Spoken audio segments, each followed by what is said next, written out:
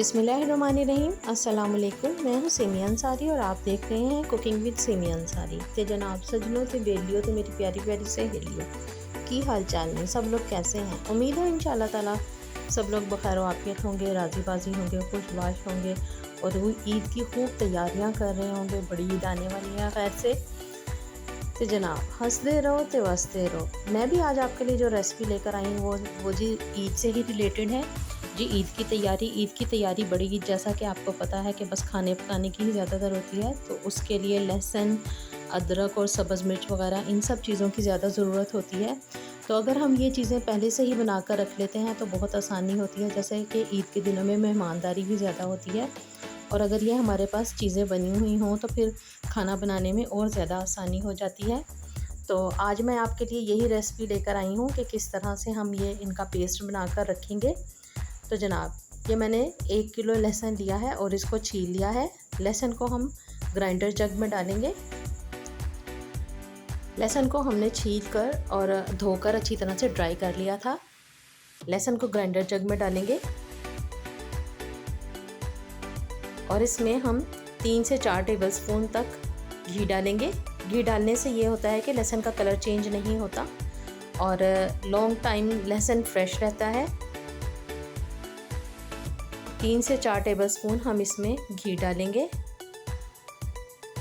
और जैसे green colour का हो जाता है लहसुन वो नहीं होता, बिल्कुल ज़रा सा पानी डालकर और इसका हम एक स्मूथ सा पेस्ट बना लेंगे इसको ग्राइंड करके। तो ये देखिए, और अब आप चाहें तो इसको आप आइस क्यूब ट्रे में जमा लें या फिर किसी सिंपल सीधी ट्रे में जमा कर और उसके पीसेस तोड़ लें। तो मैं इसी तरह से बाउल में ही डालकर रखती हूँ और इसको मैं फ्रीज़र में फ्रिज वाली तरफ नीचे रख देती हूँ और ये 3 से 4 माह तक इस्तेमाल होता है और बिल्कुल ठीक रहता है, ख़राब नहीं होता। तो ये देखिए बेहतरीन हमारा लहसुन का पेस्ट तैयार हो गया। अगर इस तरह से आप लहसुन का पेस्ट बना कर रखते हैं तो ईद पर आपके लिए बहुत आसानी हो जाती है। मेहमानदारी ज़्यादा होती है, खाना वगैरह बनाना होता है और मेन इंग्रेडिएंट ही यही होते हैं लहसुन, अदरक और प्याज वगैरह। अगर आप इनको पहले से रेडी करके रख लें तो बहुत आसानी हो जाती है। तो चलिए अब हम दूसरा पेस्ट बनाएंगे अदरक का। ये मैंने 1 किलो अदरक लिया है और इसको भी धोकर छील कर और धो लिया है और इसका पानी खुश्क कर लिया था। ये देखिए अदरक को हम ग्राइंडर जग में डालेंगे। इसके हमने मोटे मोटे पीसेस काट लिए हैं और इसमें भी इसी तरह से हम थोड़ा सा घी डालेंगे 3 से 4 टेबलस्पून तक और बिल्कुल ज़रा सा पानी डालेंगे, पानी भी ज़्यादा नहीं डालेंगे और इसका एक स्मूथ सा पेस्ट हम रेडी कर लेंगे।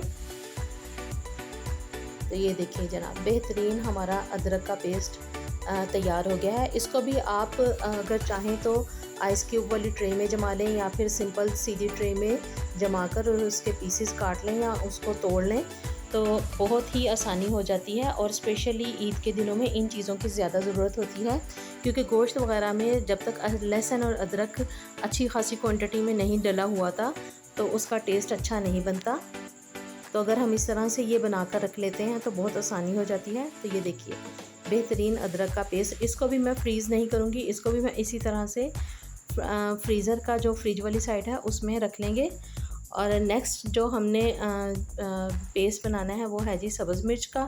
चाहे तो आप इसको चॉप करके रख लें और चाहे तो आप इसको ग्राइंड कर लें। मैं ग्राइंड करके रखूँगी क्योंकि बाज़ चीज़ों में बिल्कुल बारीक पेस्ट चाहिए होता है सब्ज़ मिर्च का और बहुत कम चीज़ें ही होती हैं जिसमें कि चॉप हुई भी सब्ज़ मिर्च चाहिए होती है।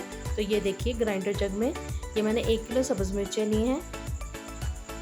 बिल्कुल ज़रा सा पानी डालेंगे और इसको हम चम्मच चला कर और बार बार ऊपर नीचे करके इसका हम पेस्ट तैयार करेंगे ताकि कम से कम पानी इसमें डले और गाढ़ा सा ये बस हमारे पास एक पेस्ट तैयार हो जाए। तो ये देखिए इसी तरह से हम बाकी की सब्ज़ मिर्चें भी ग्राइंडर जग में डालकर और उसका एक स्मूथ सा पेस्ट बना लेंगे।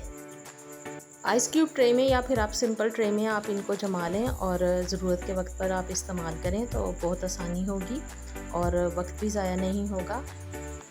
तो जनाब ईद से पहले ये सब चीज़ें इस तरह से तैयार करके रखें और अपनी ईद को आसान और खुशगवार बनाइए।